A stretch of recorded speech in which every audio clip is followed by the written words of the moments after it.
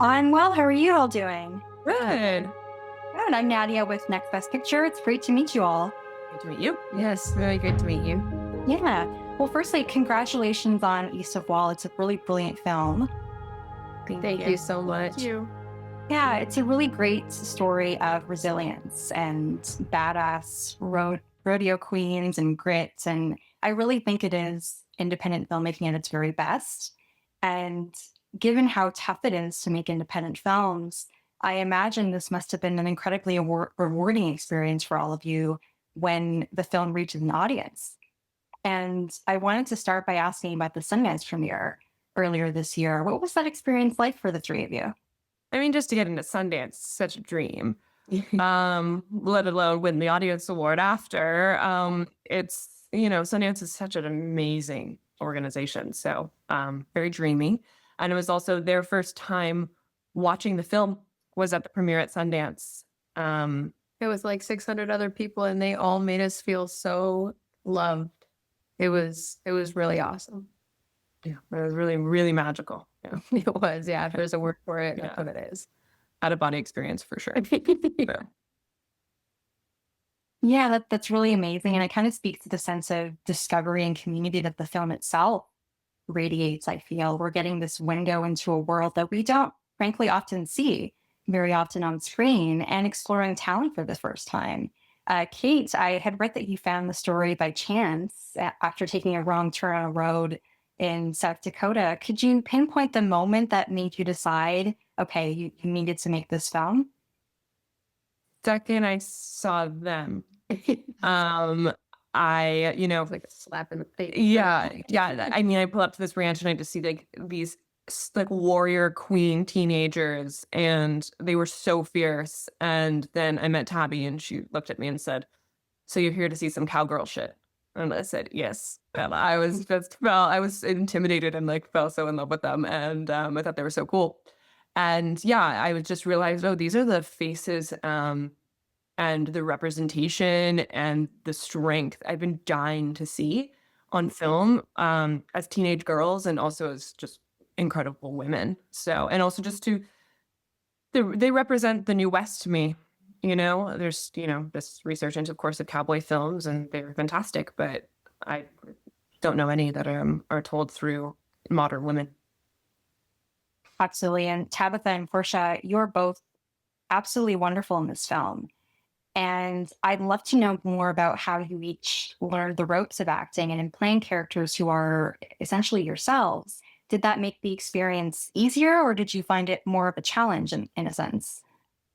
It definitely made the experience easier to play yourself, and Kate showed us all the ropes of acting.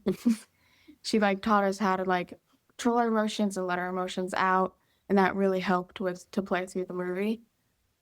They're also amazing storytellers too, naturally. So Yeah, Kate let me be myself and use my own voice whenever I needed to change something, like if I wouldn't say it like that or whatever. Really easy to work with, and she was able to make it where I could understand exactly what she was wanting or needing. So that came in handy. She really cared to listen to what you had to say too. Yeah, and you mentioned something earlier, Kate, of the New West, and uh, Tabitha, your line of your so you heard her say some real cowgirl shit, which I think should totally be the tagline for this film. It's the perfect, perfect summary. I wanted to ask, what excited you about the New West being reflected in film? I feel like that's more of an interesting question for you to answer. My biggest thing is to keep the cowboy way of life alive. It's a dying breed, and at the same time, it doesn't have to be the same as it's always been. Like transformation, like we were talking about, yeah. Transforming into something new and beautiful, and yeah, the New West. Yeah, and it's refreshingly specific in that way because so much of the American Western genre that we've seen has been male dominated and more antiquated in the perspective. And as I was watching this film, I thought of films like Nomadland and Certain Women, female centered stories with a modern edge. And Kate, I was wondering when you were envisioning what the film might look like, just the overall energy and the aesthetic, what inspirations or influences did you draw from? A lot of my inspiration was them, and how Tabatha's an amazing director in her own right. She has the way that makes these really beautiful like artistic horse riding videos on TikTok. And so for me, I studied her a lot, and I just studied.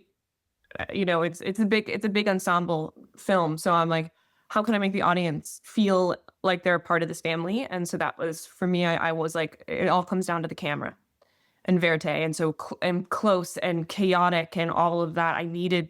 It's just the kind of the best way to cheat yourself into a setting where you feel like you might be one of the kids in this film. And so that was a lot of my kind of aesthetic choices, and even the soundtrack was all we have like Shabuzi songs, everything. It's all from Tabby's Spotify playlist.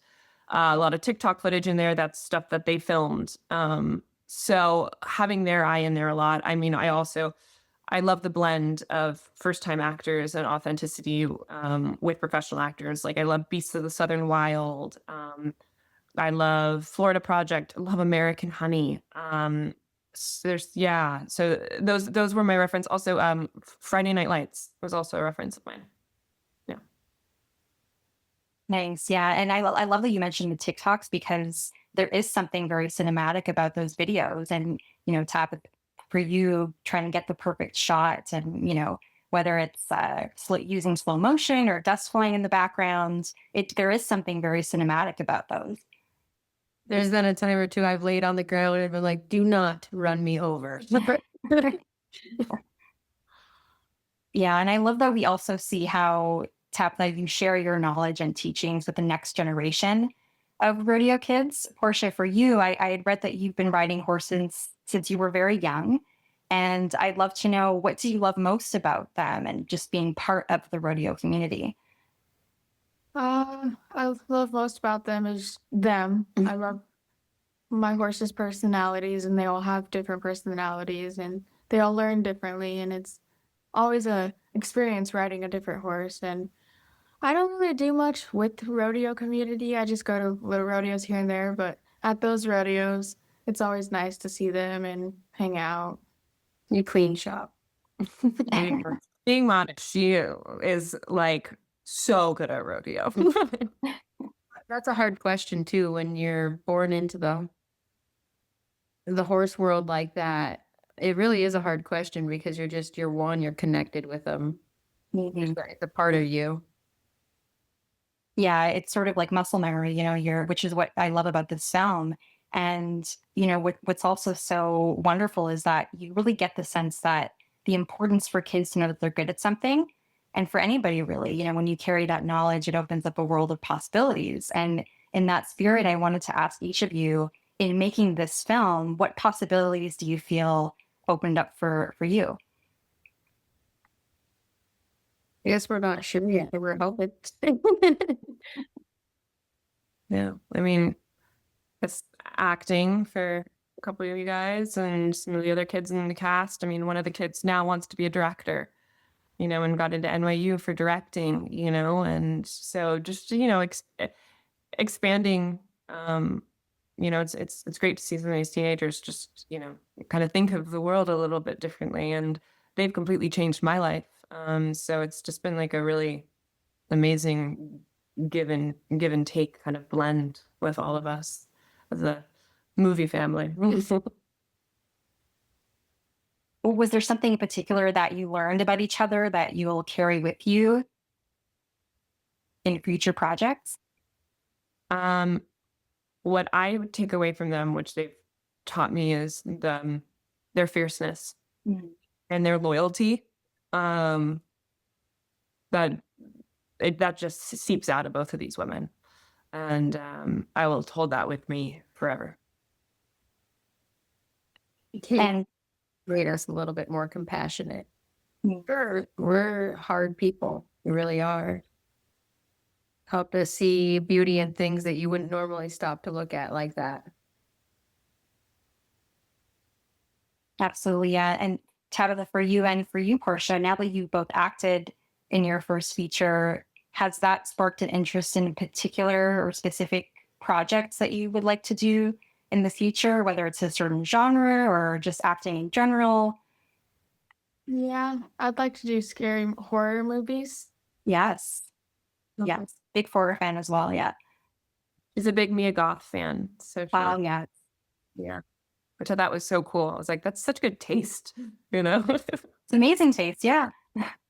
I'll try whatever they throw at me.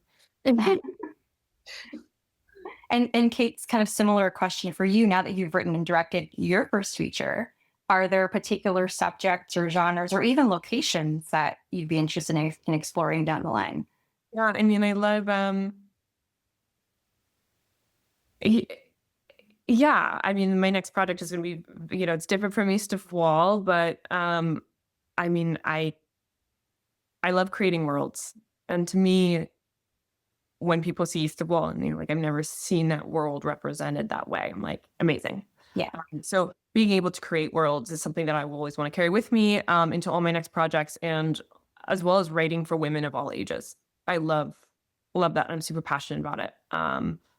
Yeah, I just love working with actors and female actors especially. And yeah, being able to write for a teenager and a 70-year-old and a 40-year-old, it's just, that's my dream that I will hopefully continue being able to do.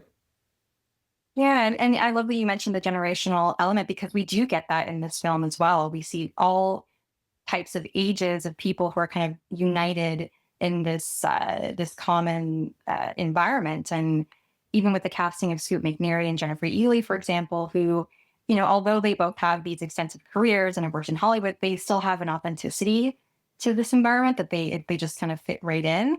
Could you each speak to working with Scoot and Jennifer? Yeah, well, it was, you know, casting those characters was, you had to be it's a very fine line. You had to be very, very specific on what you needed. And so I knew that Scoot and Jennifer are actors that are so generous, and they are so smart, and they love just storytelling. They're not actors who are going to be like, okay, me, this is my scene, get out the way. They don't have like a diva bone in their bodies. They're there because they love the story, and they love Tabatha, they love Porshia, and they wanted to do what they could to elevate the story. So yeah, but acting with them, go ahead. Yeah, that was truly awesome. I can't believe we got the honor to be around them. They're remarkable people. We were able to really bounce off of what they did, and they amplified our acting all the better each time because of it. They're really cool to be with. Yeah.